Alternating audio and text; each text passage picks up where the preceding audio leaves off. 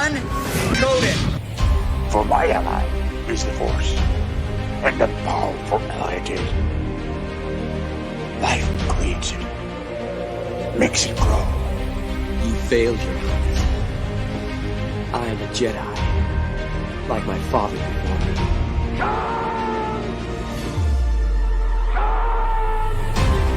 Cry hammer, and let's set the tongues of war. Chevron 2 encoded. Conan, what is best in life?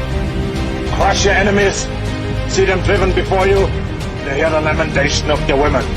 It's all in the reflexes. I'll also say that you're heavy into martial arts, Tai Chi and all that killer stuff. I suppose we have to register you as a lethal weapon. Chevron 3 encoded. And somebody ought to belt you in the mouth. But I won't. I won't. The hell I will.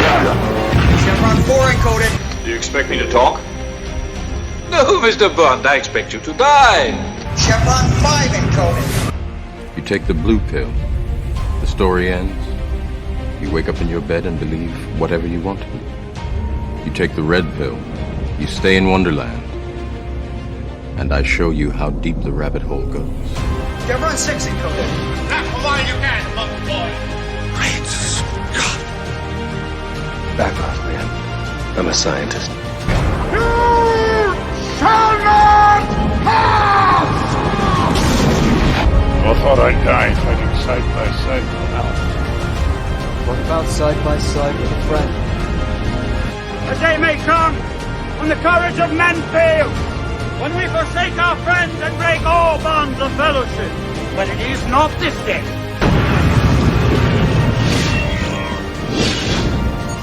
Chevron 7 is locked.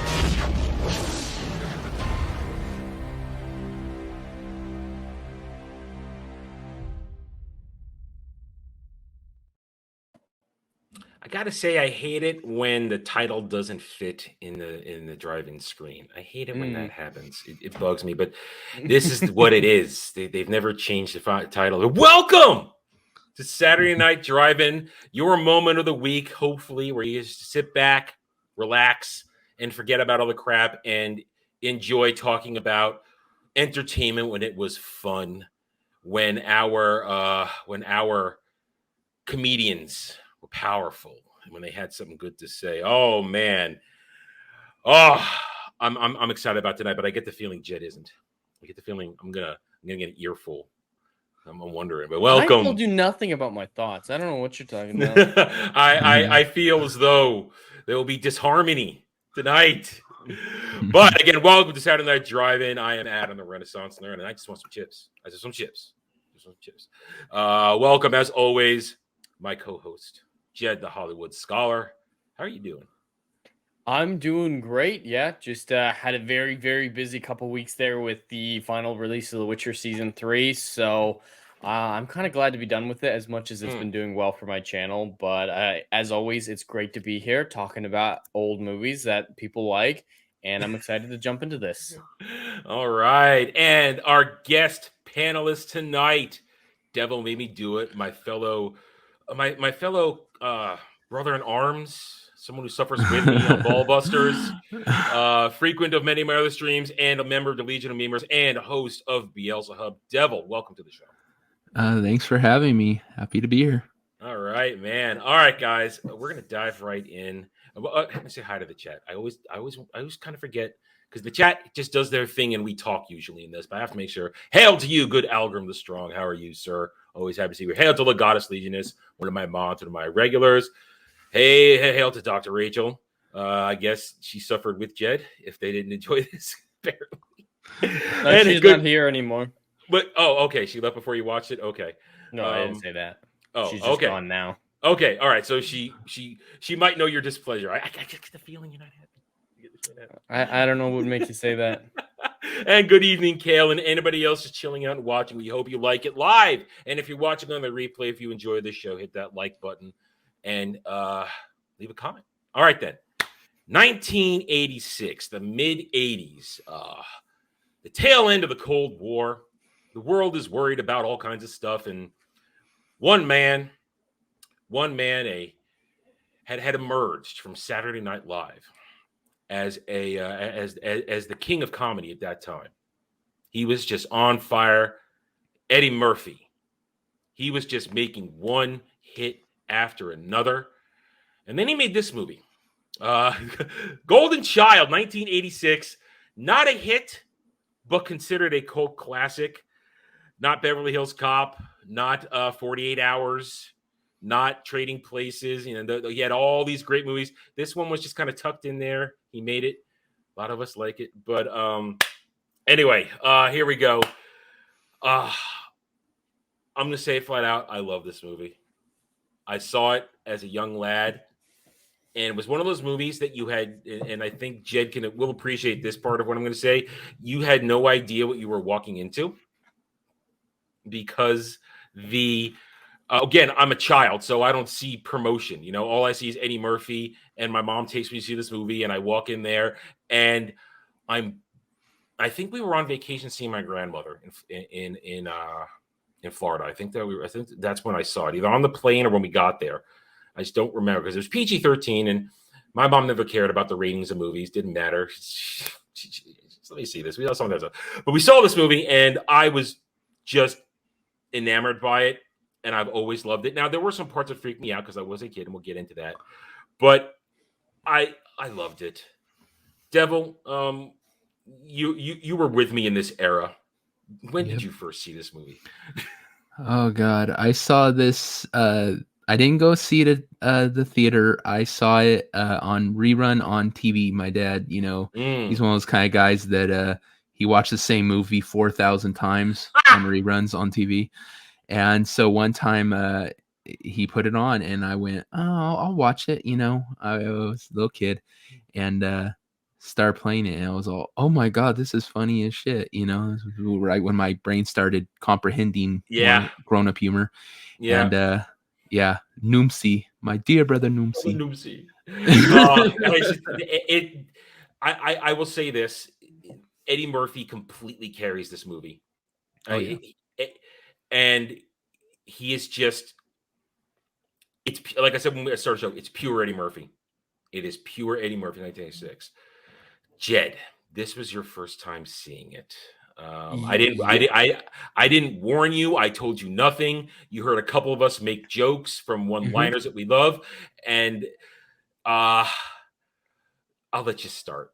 Go ahead. All right, perfect. Well, yeah, I never even heard of this movie, and going in to see it, I didn't watch the trailer first. All I knew about this film was the poster, and the poster doesn't really tell you what the story's about.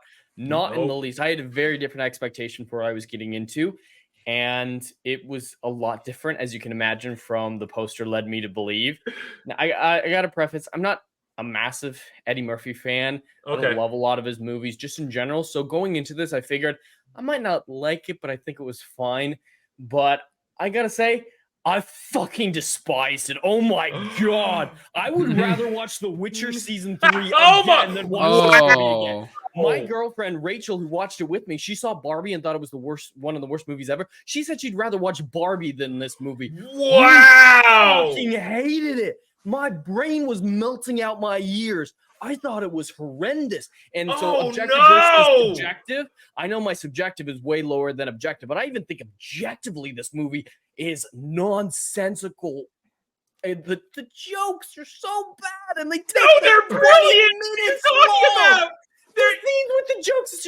I want a chip. We got the chip joke. Oh, you're still here. Okay. I'm just going to take a chip.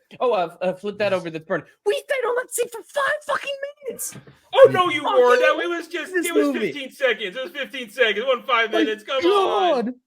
I was in physical agony watching it. I'm like, afterwards, I was like, let's turn on The Witcher. We ended up turning on something good as a palate cleanser. And a spoiler alert for the end of the show, my pick for next week's movie is because I wanted to watch a good 80s comedy that was kind of wacky and doesn't necessarily make sense, but was good. Your choice isn't that. I wouldn't call that a comedy. This is... Goonies. Yeah, it's a comedy. I don't... Okay, yeah, we're doing Goonies next week. We're doing Goonies next week. But my God, I Of course, it wasn't woke or anything like that, but I would rather watch modern woke films than watch this movie. Oh, again. all right. This is going to be contentious then going forward. I'm glad I have that. I'm fuck. glad I have backup with Devil. I'm glad I have backup. I don't know. Holy Jed is fired up, and I'm tired. I don't know if I could take Jed by myself today. Wow. Okay, then let's go through. All right, let's go through it. All right, let's go with let's go with Jed. The humor. All right, let me try and defend the humor. I think it's Eddie Murphy humor. It's mid 80s Eddie Murphy humor where he is going to carry every single joke. He's going to deliver $1. I mean, to me, it starts off laughing hard as hell when he walks up behind the guy at the newsstand and starts reading his porno mag, and he walks back and goes, "Chunky asses." And it's just it's Eddie Murphy's delivery that makes it funny. I mean, I was already out of the movie by then after that crazy ass intro. What the fuck, dude? It's so weird. Charles Dance. I thought he was shit in this movie because he doesn't do a facial expression. He's just. But he's evil Charles Dance. It's awesome. I'm evil. He did not give a performance in this movie. I feel like he phoned it in. Does he even know he was in this movie? I swear, if you asked him, "Hey, were you in a movie with Eddie Murphy?" He'd go, "No, I don't think so." Don't insult Noomsy's performance. I love Charles Dance, but my God. Oh no! Oh, all right. I mean, it was torture. I'm telling you. Really? Yeah, I had a knot in my back that Rachel was trying to work out, and when she was doing it, it was like agony. Like I could not focus on anything. I asked her to do that during the movie just so I could have different pain to focus on. Wow. I mean, I'm surprised you hate it this much. It is passionate rage that I had by the end of it. During the final fight, I was just like, just kill everyone. When the silo was collapsing, I was like, oh, please, God, fall on that stupid fucking kid's head, crush Eddie Murphy into dust. My God. But it's a great fight in terms of you're completely outclassed, you're running for your life. And he's and yeah, I admit the devil form of Noomsy is not. That's not top-notch demon. No, I didn't have a problem with that. It was the 80s. Yeah, no. Well, I've never been. That's one of my small criticisms. I'm never a fan of Noomsy in demon form. I don't think it's a good demon look because he's got a pot belly. Yeah, that was weird. That was definitely weird. He's got a pot belly. Problem with the design. But I like the fact. But I like it that one of the things I like about it. I'll just jump to the third act is it's been lighthearted comedy adventure with this weird. Metaphysical fantasy thrown in there, a mix of clearly Buddhism, Judaism, Christianity. It's all kind of thrown in there. Mm-hmm. And you get to the third act, and when Key dies, it gets a little serious. And there's the stakes now that it did not get serious when she died. She was standing next to Charles Dance with a crossbow, and she thought, instead of pushing him, instead of trying to get the crossbow, she's a little off to the side. She does the flips. When she does the flips, she does right next to him. She's nearly like she's right next to him. She's only a little bit shorter, so distance-wise, she's within arm's reach of him when he flips past him. So instead, she's like, you know what? Instead of hitting this dude or trying to save the guy I love, he's a demon. All of a sudden, she couldn't do anything. She doesn't know that. Yes, she does know she knows he's a demon. She knows exactly who Sato Noomsi is. She knows exactly who he is. She'd rather jump in front of a crossbow bolt than at least try to deflect it first. She knows she wouldn't be able to stop him because earlier, after the dream sequence, she goes, Sato Noomsi, he's very well. She knows exactly who she's dealing with. She wouldn't be able to stop him at all. He's teleport. Eddie Murphy only needed a second. And so just push him a little bit. She's good. But instead, she's like, I'm going to flip faster than he could shoot for some reason. He's aiming at Eddie Murphy, and she's flipping. I wouldn't say she was right next to him. She's off to the side. I saw the shot. We paused it to make sure. She is right fucking next to him. She is with an arm's reach. And so he just I could take this shot before she gets there, but what the fuck is she doing? Is she retarded? Fine, I guess I'll kill her. And then he fires. My God. I had no sympathy for her death because up until after her death was the first time I saw a fucking facial expression from her besides when she talked to her dad, which was so bad exposition. Egg Shen, don't you shit on Egg Shen. Don't you shit on Egg Shen. Devil, help me. I just can't believe Jed is so adamantly against protecting Asian children. This is sick. I just, what'd they ever do to you, man? No, I like it because I do agree. It is Eddie humor. It's Eddie Murphy humor. And so if you like Eddie Murphy, this is the humor you like. I think that new humor has destroyed old humor in people. He watched The Office. He's been polluted by The Office and Seinfeld and stuff. This was humor back when it was I've just never seen silly. Seinfeld, and I'm not a big fan of The Office. No, and even without the comedy bit, let's take the comedy bit out because obviously I'm not a big fan of Eddie Murphy's humor to begin with. But even without that, I've watched Eddie Murphy movies that I don't find funny that I think are at least well written, where the plot makes sense. It's not a comedy. It's an adventure. Yeah, there are good movies with him that are well written that I've seen and can at least objectively say, I didn't like the humor, but there was something of value there. But in this one, the dagger appeared just as much as Galadriel's, and the plot was nonsensical. It makes perfectly sense. It's a simple good and evil plot. This movie is a turn your brain off movie. It's just you gotta turn it off to retarded levels. I'm sorry. I cannot think of just like I said, normally I'm just like, it's not for me. That's fine. But this one, I can't think of a single thing that I thought was good in it. Well, originally it wasn't even supposed to be a comedy. Originally, I believe it was going under a different name, and originally was supposed to, I believe, have Mel Gibson play the main role. Oh, really? And yeah, it was supposed to, I believe, be like more of a serious movie. And then Eddie Murphy, because he was on such a high after doing 48 Hours and Trading Places and stuff, he was on such a high that he literally had his pick of movies. They were throwing movies at him, and he saw the thing for this and said, I want to do this one. And so I think that's probably where it became a comedy, was probably when he signed on to it. But yeah, like I said, I'm such a big fan of 80s comedies that this just kind of falls into the ones that I really. So I think this, when it comes to the comedy, I guess it either hits or it doesn't. I'm taking that out of my rating equation entirely. Okay, because I do get that people think it's funny, and he's funny. I'm not including that. I just think the script in and of itself is so fucking atrocious. The script, just the script, walk not us through it, the and I'll riffing, try and not the improv. Well, all right. One of the greatest things in this movie is trying to figure out when Eddie Murphy's improving and when he isn't. I mean, one of my favorite moments is when they're in Tibet and he's just wandering around, and the dude comes in front of him, and that has to be improv. It's like, well, no, I don't know. I don't think I can make it by 4:30.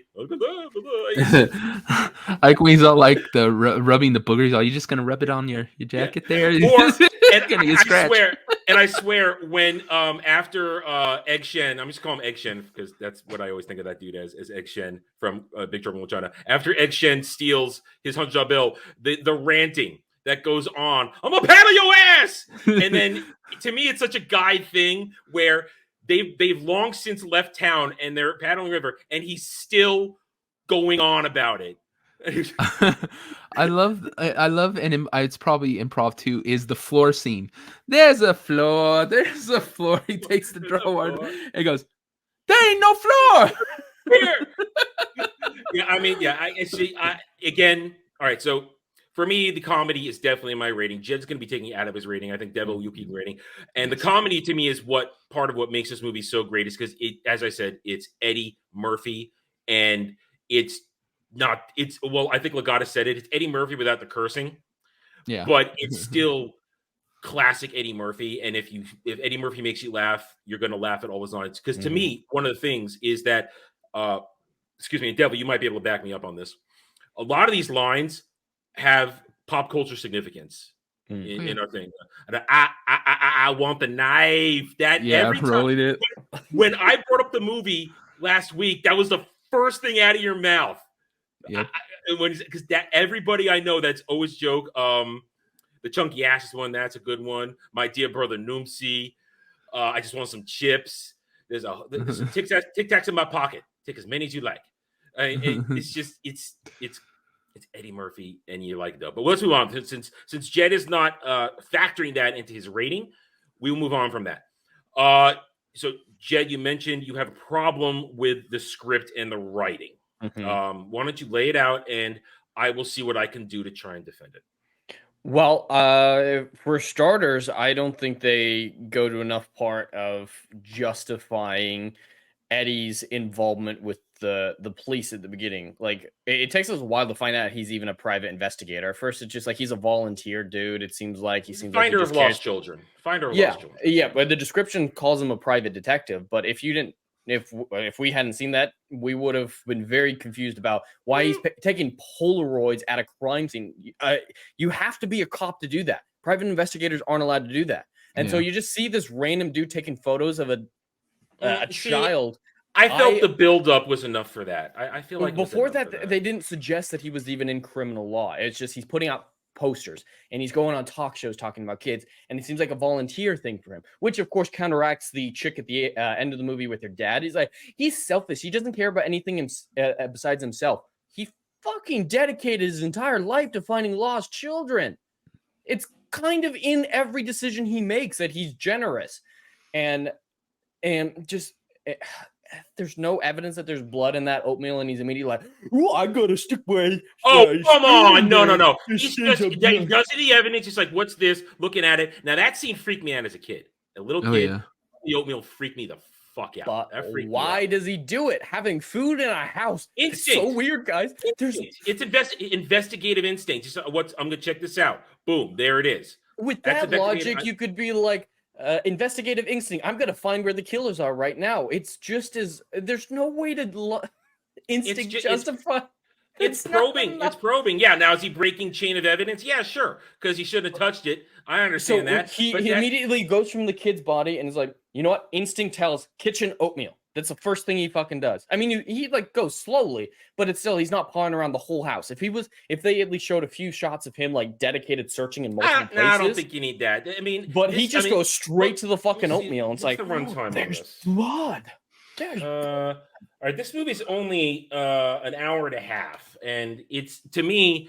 You can do it quickly. You just need it, even just in a line of dialogue. See, I don't think that's that. Him I don't think it's checking behind books or something as he goes, or just show he's searching the house. We just need to know searching the entire house. But he goes straight to the fucking bowl of oatmeal because it was right there in front of him. He turned around and there it was. Like, I'm gonna check this out. You know, that's insanely coincidental. That is a lot of control. I don't think this movie really needs to try that hard. It's just it's built. It's just billed as a comedy adventure. I mean, it's billed as comedy adventure. It's not. Well, I don't think comedy. I hate the excuse when people say comedy doesn't mean it has to be well written. I didn't say that. I know, but it seems like that's where you're going with it because there are a lot of very well written comedies out there. Well, I just don't think it's trying very hard because listen. This was an experimental movie where they threw a lot of crap into it, and again, you don't go into is expecting some metaphysical adventure where Buddhism, where like a Buddhist reincarnation, which is basically what the Golden Child is. It's basically it's a Buddha made flesh. Well, Rachel in the chat just pointed out a great way they could have done it is the medical examiner right there. It's like, oh, she died of asphyxiation from an allergic reaction or something like that. And he's like, oh, it might be food related. And then you go straight to the kitchen. I think you're wanting too much. I don't think the movie's trying to be that sophisticated. It's just trying to move along and show that Eddie Murphy is or Chandler's just he's an investigator. He could just walk to where the kid's at. No. Oh, come on. It's too much. No, there's a degree of, we got to keep the plot moving, but just to eradicate him, the reasoning for him to coincidentally find this right fucking away and I don't think that's justification enough to warrant. I think it's fine. It's just he turns around. There it is. I'm going to check out. It's where he goes first, and it just so happens to be a clue. Now, it's not a clue it's not a clue that is made ready. It's not a clue that has any justification until later. When he's talking to Key about why would they put blood in the oatmeal, and that leads him to Dr. Hong, and we get Dragon Chick. Let's say I feel like a script has to make sense. I don't think like the scenes, the editing is really bad. That's something that Rachel and I talked about a lot. It's like, oh, that scene's fucking over. And the tonal shift in this movie from scene to scene gave me whiplash.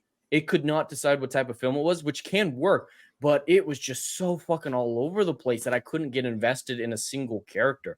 But no, they have to make justifications for why a scene ends and why the next one begins, what decisions people make. And having him, I think the oatmeal one is just an example of stuff like this happening where it's just, oh, something's happened. Hurry, let's get to the next joke. Oh, let's hurry to the next joke. And the plot was merely a framing device for a bunch of stand-up, which doesn't make it a good script. Well, I don't know. I think he has to consume blood, right? That's why they put the blood in the oatmeal. Impure, right? Anything impure. They try to trick him to make him vulnerable to mortal weapons. Yeah. I but got that. Wouldn't that? I do agree that there are some plot holes, because if you're gonna do that, why not just put it in what he's gonna drink? Because you have to drink before you have to eat. Well, and he was eating the leaves to get around that. But drinking, you have to consume. Well, liquid. this is this is like it's basically a Buddha made flesh. I think the rules of living are a little different. It could I mean, I don't know. I would just say it's probably more difficult to hide blood in a drink than it is in food, just based on mixing. And I'm we're sure talking it could have been possible. But... And we're talking about an entity that can. I mean, the Golden Child is an entity that can. It has mental abilities. It can sense shit, and that's why they wouldn't do it. I mean, I understand where you're coming from. Now, as far as the editing comment, to me, it just kind of flows. It's just one thing to the next. I guess I don't have a keen as editing eye as you do, so it doesn't really jump out at me. It just goes for thing. And also, I really like the remix of Superstition they use to jump from thing to thing. So that kind of to me, the Superstition remix pulls me along from scene to scene, especially during montages. So I'm perfectly happy as we go from part to part. All right, so and I just want to say with the dream sequence, the horse, we immediately asked, it's like, ooh, balls, and we're looking for your unicorn. I knew balls. I knew that was going to come up. I knew it was going to come up, that the horse balls. There were no horse balls in that. Not that I saw. There were no horse balls. I like how she's tied up with toilet paper. Yeah. It's like, I mean, I see what you're saying about scene, but to me, the dream, I think, was the best written one because it had a built-in device for the stupidity of the writing, because it doesn't need to make sense. A dream is allowed not to make sense. That was, I think, the best written. I feel like you're being a little harsh and it not make sense. To me, the whole concept flows nice. Kid kidnapped. They want to destroy it to take away hope from the world, because this is the child of hope. I think they've lost. It's like the third golden child. They don't go into the first one. We know the second one was Justice, and Justice was killed using the Ajanti dagger. One of my only criticisms of this movie is that they don't give. I wanted more lore for some of what's going on, because it's such a mashup of Buddhism and Christianity, and maybe a couple other things in there. Because Sodom Doomsday is clearly a demon from hell, because you get that and again, this is again an 80s thing in Devil. I know you're gonna be with me on this. When he's talking to the devil, that is the iconic Frank Welker voicing the devil, using his Dr. Claw voice from Inspector Gadget. That's what it was. That whole sequence. I'm like, I swear to God, I know who that is. It's his doctor. I mean, devil. Then they're just, as a kid, don't you like, it's Dr. Claw? The nostalgic of it, yes. They, I agree. It is just, but I would have wanted more lore on that. But I agree. That's one of my few criticisms. I mean, it would have been cool, but I don't think the movie needed more lore.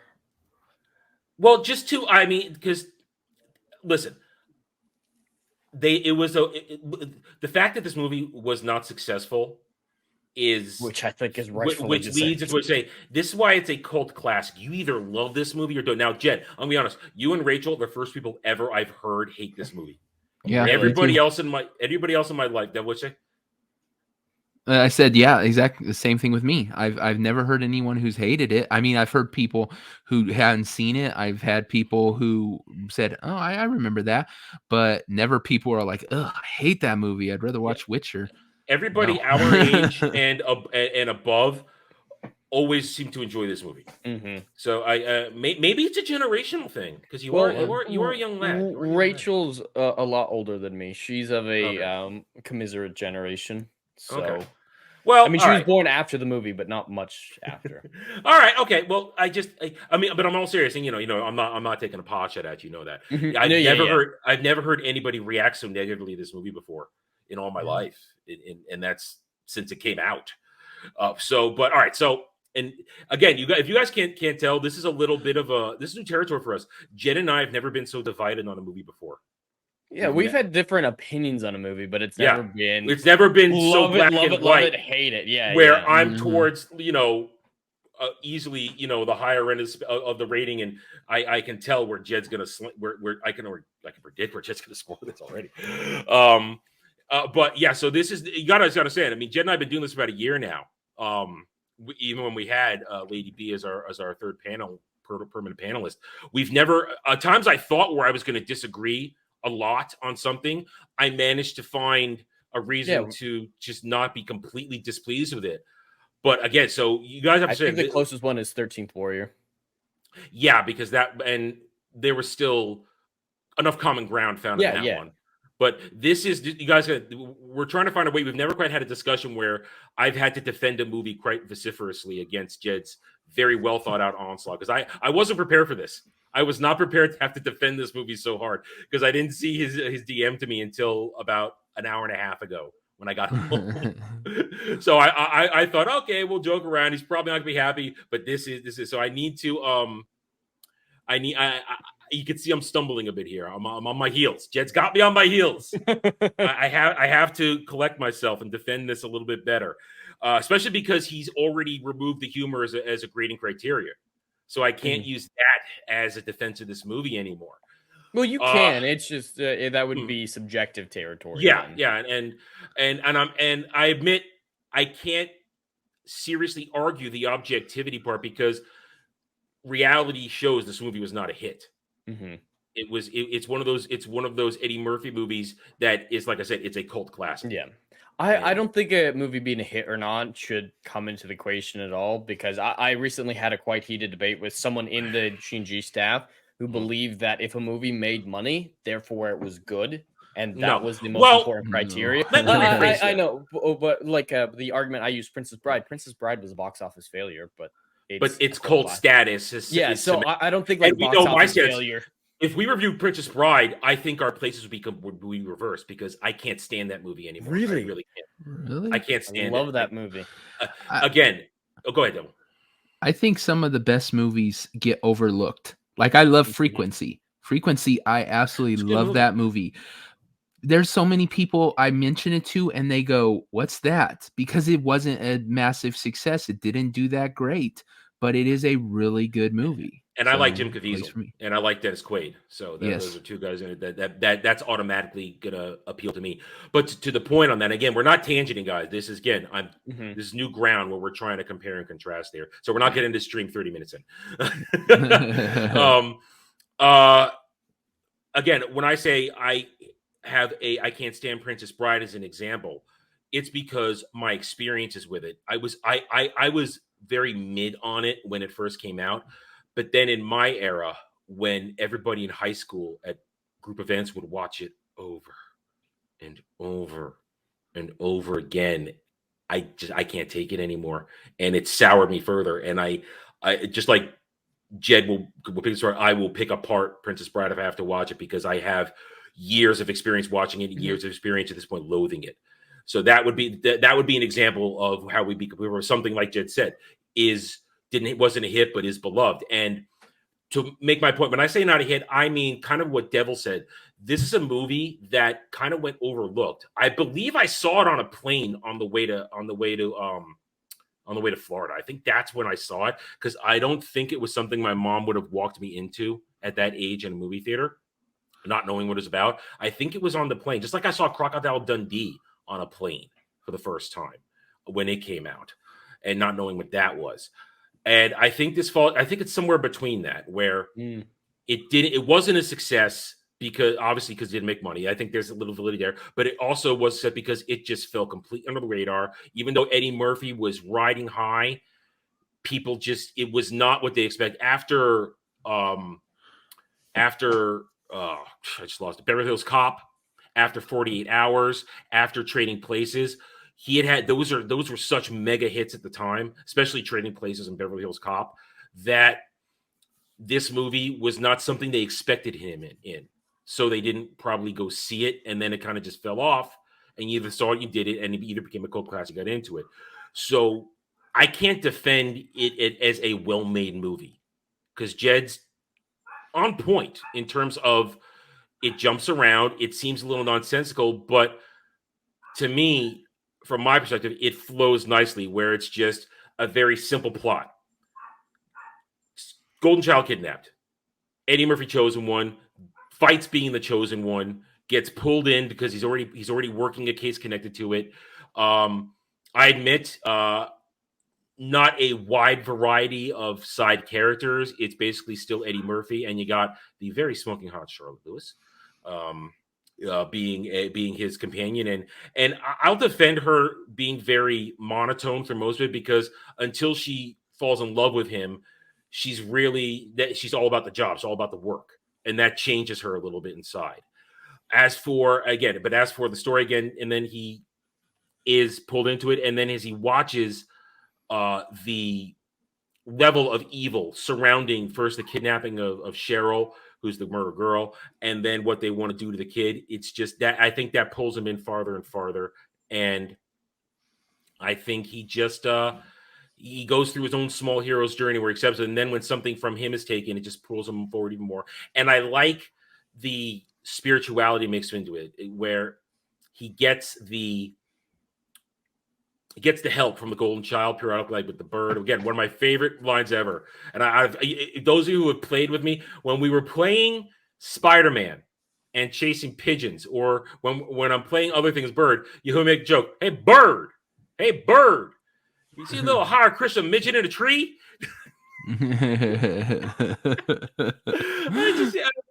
Just looking at me, these stupid old men. I love it. The bird too. The bird is, all right, Jed, you have to admit though, there's a lot of setup and payoff throughout this movie. You got to admit, there's setups and payoffs all over the place, and we love setups and payoffs. Oh, you mean like his retarded necklace that came out of the blue and was magic? No, that's sort of. I'm talking about the bird gets brought to life in the beginning. The whole the necklace is one of them. The dichotomy of pure or not pure. There's a lot of little things, and there's payoffs, and it's fun, and it's nice, and it's fun. I'm repeating myself because I've ran out of thought on it, but I mean, it's gonna come out looking like Jed's gonna win on this. So I mean, I'm doing my best here because I wasn't prepared for this kind of onslaught. I think we're gonna, we might break up over this. We might break up. I mean, Rachel might have you alter herself now. I have to be the marriage counselor. She'll finally get a pro out of watching this movie then.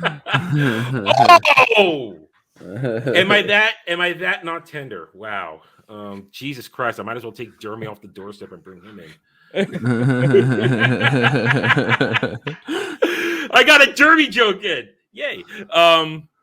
Anyway, finally. She doesn't want to share him anymore. Something positive from her perspective. And then next week everything's fine. Yeah. Tomorrow everything's gonna be after the show. We're gonna be like, yeah, God, that was funny. Yeah. Oh yeah, we'll be fine. Anyway, so to me, the simple narrative, the uncomplicated narrative, the straight good versus evil, the uncomplex nature of it, especially when I was a kid. And again, I think you guys have brought it up. As a kid, the uncomplex nature probably has something to do with it being appealing to me because it wasn't hard for me to follow as a kid, and therefore it latched on to my lizard brain. I'd actually let her counter that because there's a lot of simple movies that are still well written. Like, you don't need a complicated plot for me to call it well written. Like, things can be tight with what little that they have. But I think the script just doesn't flow from scene to scene. Character motivations are all over the place. From Eddie Murphy denying magic is real for 3 quarters of the movie, and even though he's seen stuff that he can't quantify, even if he's just for a little while, he's like, all right, I'm not sure, but I'm going to operate as if it might be true. He's shocked up until the final, when he goes after the golden kid at the end of the movie. He's shocked that magic is real all the way up to then. It's like, you've seen a magic dagger appear on your arm. You've seen a dragon lady. Oh, here no. Visions. Okay, no. That we can lop in a lady whose ancestor got raped by a dragon. We can put that in at the end. I want that lumped in with your being shot, because that's when he sees some God. I mean, he hasn't seen.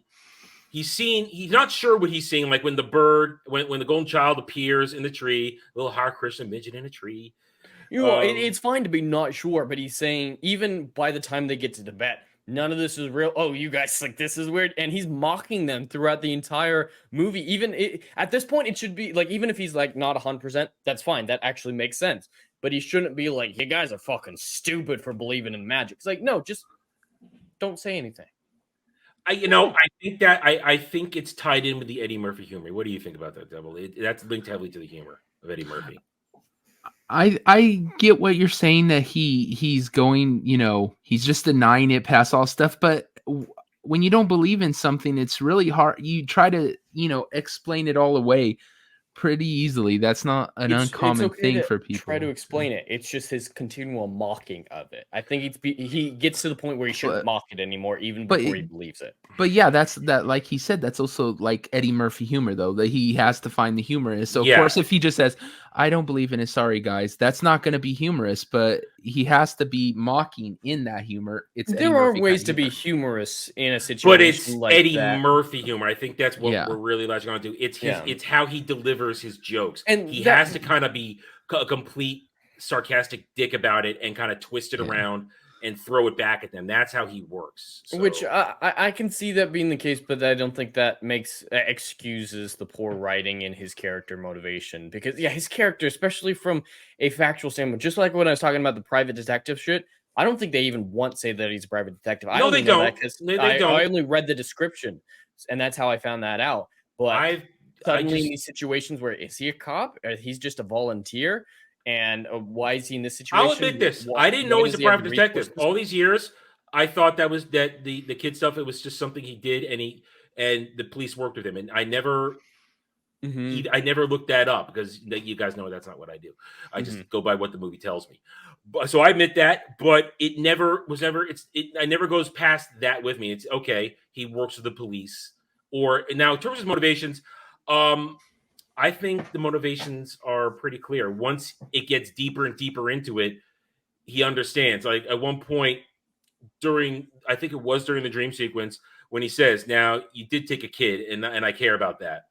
I think that is the underlying. That's the one thing about his character I think is good, is it's consistent up until the emotionless chick is like, he's super selfish. He's like the selfish. Here's the thing though. I think that is her. I think that's key, fighting with her sudden attachment to him. She doesn't really want to be attached to him, because her life has been about the mission. Again, there's not a lot of character development on her, so you could say I'm headcanon with that. I understand that.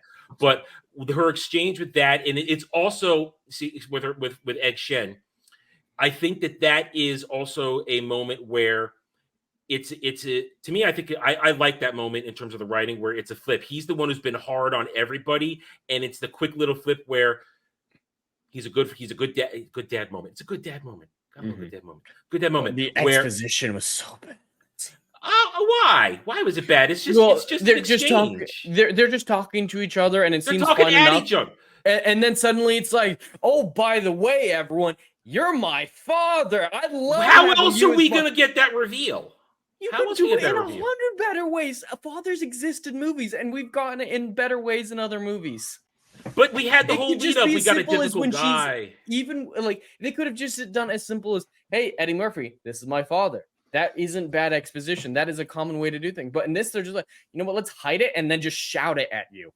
Like either don't hide it and tell you. I feel like you're overreacting. That it's just it's dropped in there. Go ahead. She doesn't. But with her character, she doesn't really give up anything of herself. She's not going to tell him her life story. So of course she's not. But that was just one example. There's 100 better ways than just we're having this, discussion about, oh my God, the fate of the world too.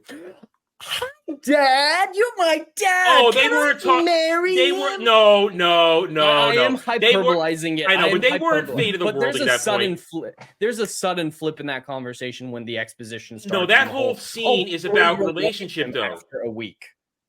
But that whole scene is about relationship where he comes out and Chandler's saying basically, how do you get with somebody in your realm and do it right? Because he feels like there's a future here, and he doesn't want to just be a tomcat who goes in and goes out, and moves around. Because this is the mid '80s, and sexual fraternization was a very big thing at that point. Everybody was doing a lot of stuff. And I think it's a nice soft little moment after the comedic victory of getting the knife. Ah! Now turn on the goddamn lights. I mean, it's see Devil Smith, he loves it. That's what I'm doing. I want that laugh out of Devil. That's why I'm doing it. But it's that soft little moment of let's bring them back down. Let's make them a little real. That these are people, real emotions in the middle of what's going on.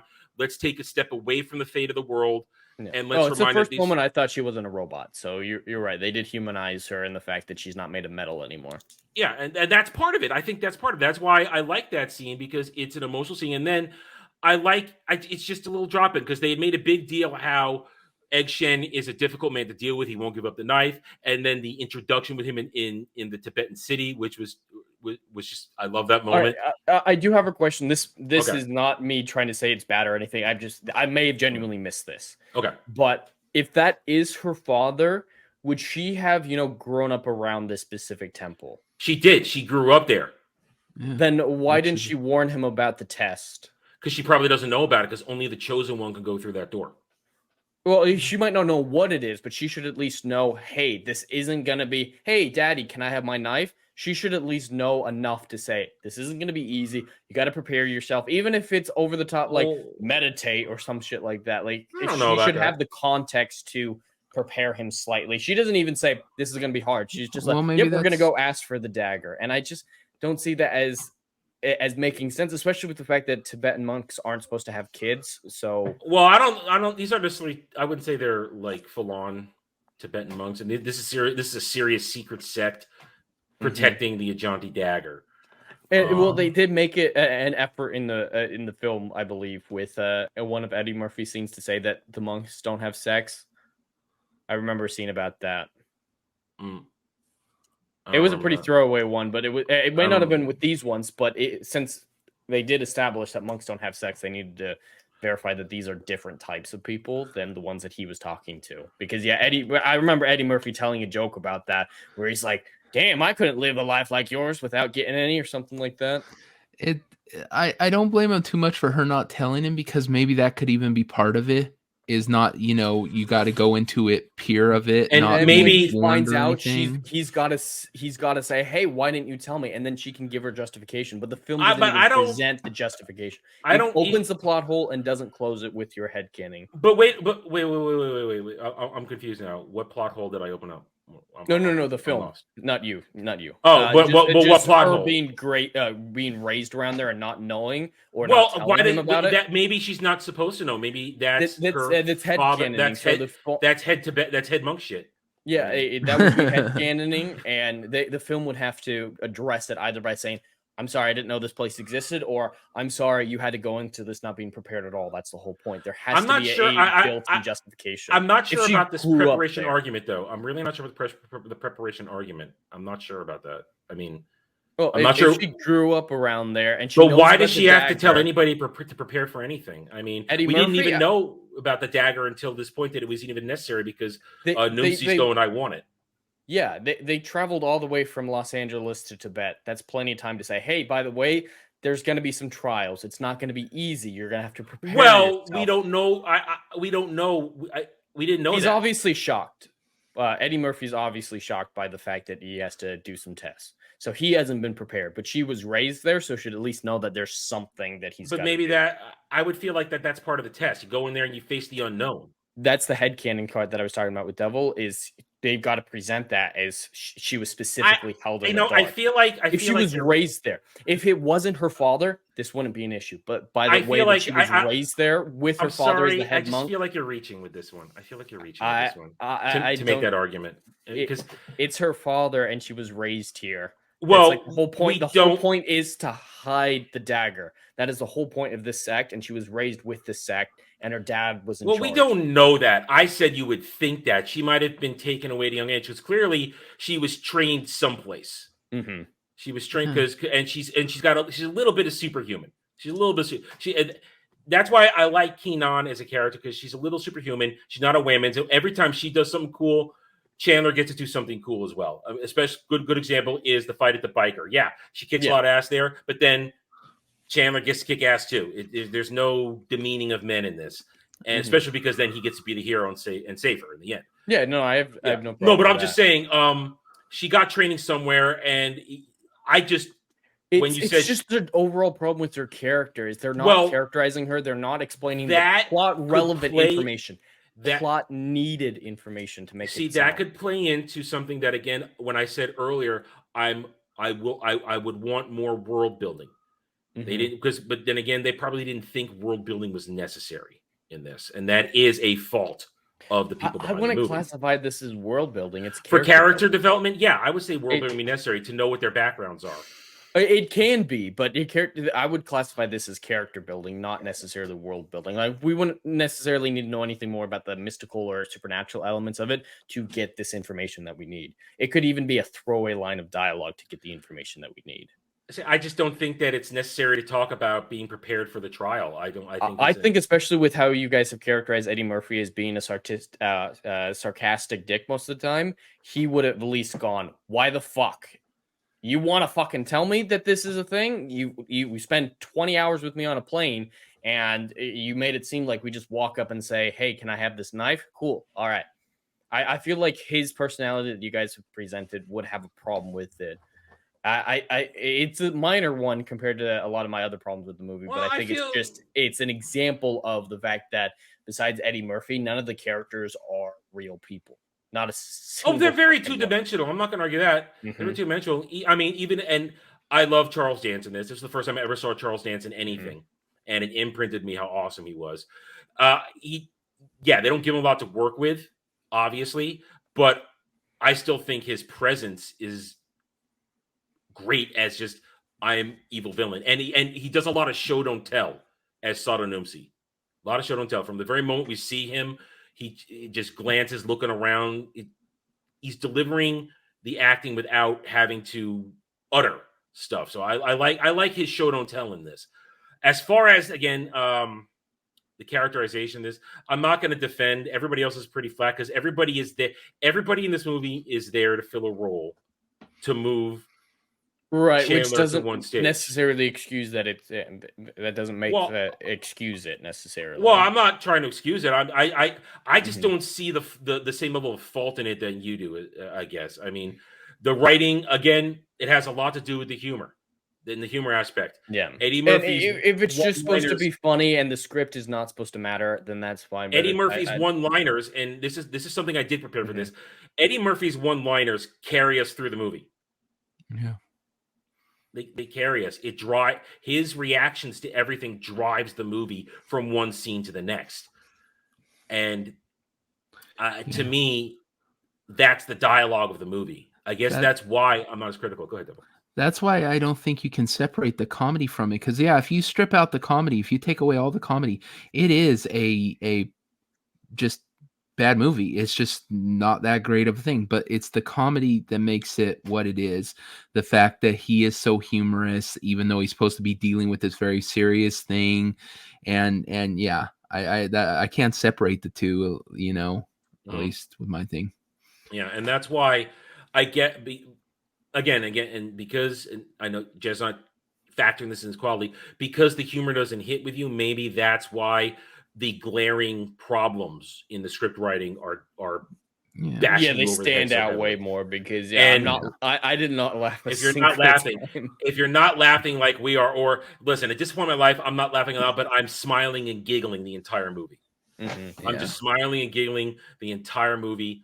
And because Eddie Murphy is just hit him. I mean, his first encounter with Key, where I like working with children. Hey, Chandler, come on, shut up. It's just it's that carries that moment, and then he just throws the ball, and then they move on to the scene. It's his humor that carries it. And if you're not into it, I think we've stumbled on why you hate this so much, because the humor is not your thing, and therefore, as someone who is very key to good script writing and good dialogue, the rest of it is just a pain for you, because you're not sitting back and giggling and smiling the whole movie like those of us who it lands with is. I think we've reached that moment where I understand why you don't like the movie now. I think I get it. And if you take the humor out, if the humor's not hitting every sequential moment that lands for one reason for doing something, again, then it's just, okay, this happened to make this happen. This happened to make that happen. Okay, why are they doing this? Why did that happen? It's just happening to make happen. I get it now. I get it. Common ground has been found. Common ground has been found. All right, go ahead, Devil. Yeah. The golden child, who's is not a boy. Yes, I only learned that like last year. Right. I only learned that that's a girl playing a boy. Yeah. So it would play well these days, I guess. Yeah, it would get all these awards because of it. First transgender representation. Well, even with the common ground we found, I just don't think that comedy should be used as an excuse for when I say being bad. Common ground, I understand now. I just understand now. I know. I'm just the idea that it's okay for a comedy to be bad is a perspective that I don't necessarily agree with, because there's been a lot of well-written comedies before. But and to me, the comedy completely works in this movie, and it allows for it to flow in the direction they intended it to. So it's just a complete.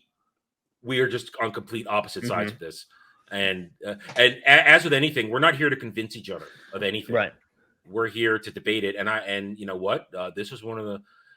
Whereas I loved last week's discussion about Soho because it was lively and we were really getting into filmmaking and structure discussions. This is the first time, as I said about 20 minutes ago, this is the first time we have disagreed so heavily on a movie. Wow. And so to the point where there's no point in talking about the characters. I mean, we've kind of danced around a lot of the stuff, and I feel good calling it right here. I mean, there's no reason to go. We've all shared our opinions on this. Devil, you have anything else you want to add? No, I barely do memes anymore, but if I could do a meme, I'd have Jed in the chair, Clockwork Orange. With all right then. That's what it felt like. All right, so Devil, as our guest, why don't you go ahead and give your score first? So we just doing this on the overall movie, or do we break it down at all, or just overall movie? Yeah, just like X out of 10. I mean, take off whatever points you feel here and there. Yeah, so yeah, I'd give it an 8. I love the comedy. I do agree with Jed that the story is broken, but I think the comedies of the 80s, that was acceptable because it was about the funny. It was about making you laugh, not so much about plot holes and stuff like that. So I think that you can forgive the shortcomings of the story and of the plot and stuff, because it's about making you laugh. So if he wasn't laughing, then obviously it did not work for him.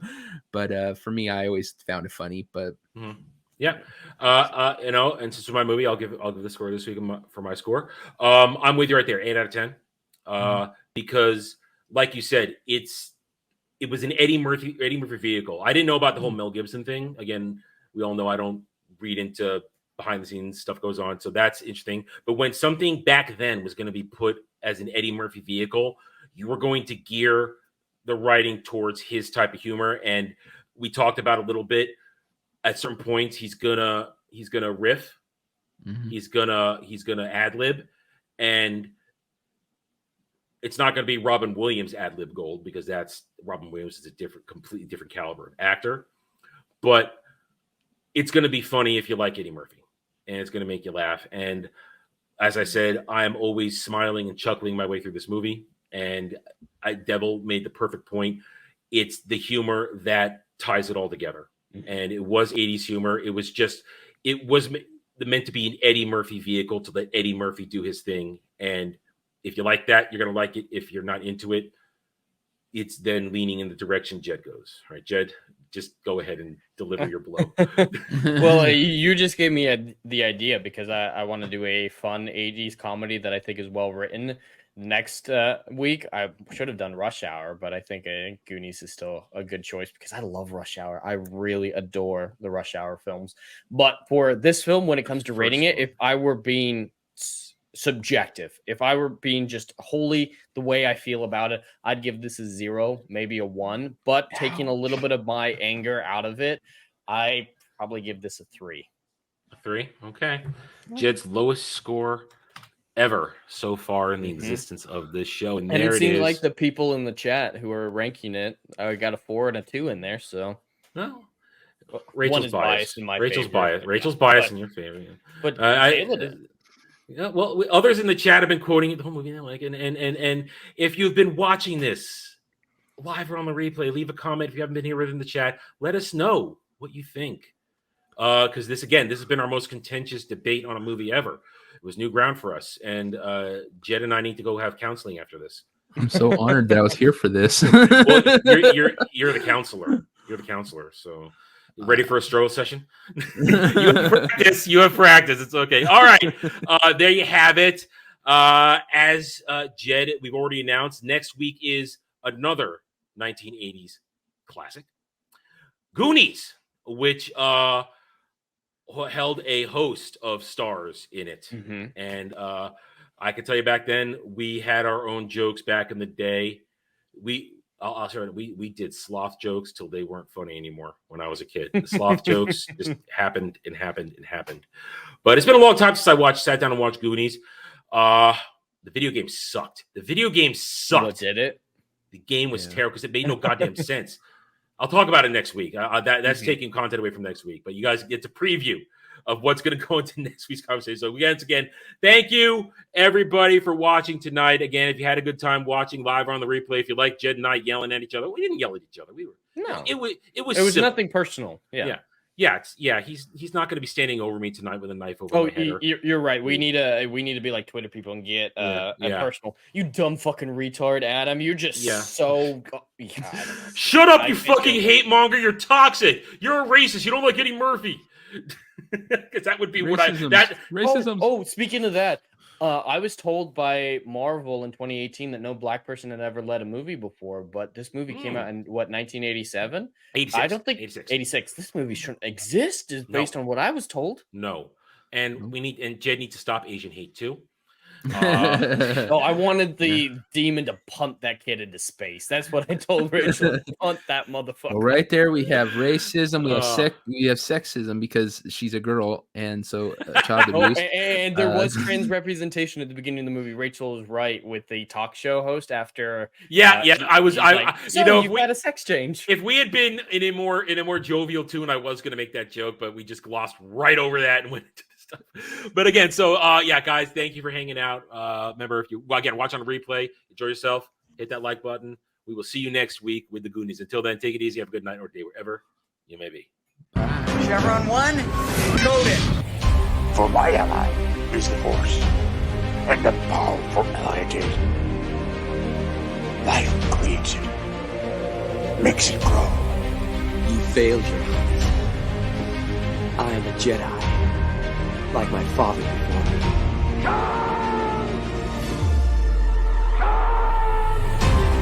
Cry hammer, and let's set the tongues of war. Chevron 2 encoded. Conan, what is best in life? Crush your enemies, see them driven before you, to hear the lamentation of your women. It's all in the reflexes. Well, I'll also say that you're heavy into martial arts, Tai Chi, and all that killer stuff. I suppose we have to register you as a lethal weapon. Chevron 3 encoded. And somebody ought to belt you in the mouth. But I won't. The hell I will. Chevron 4 encoded. Do you expect me to talk? No, Mr. Bond, I expect you to die. Chevron 5 encoded. You take the blue pill. The story ends. You wake up in your bed and believe whatever you want to. You take the red pill. You stay in Wonderland.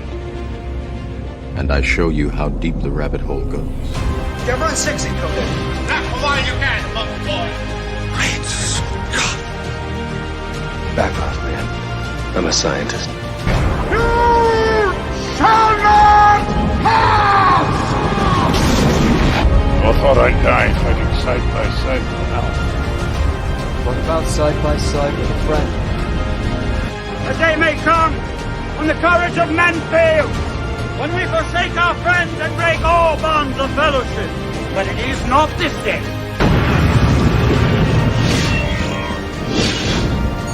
Chevron 7 is locked.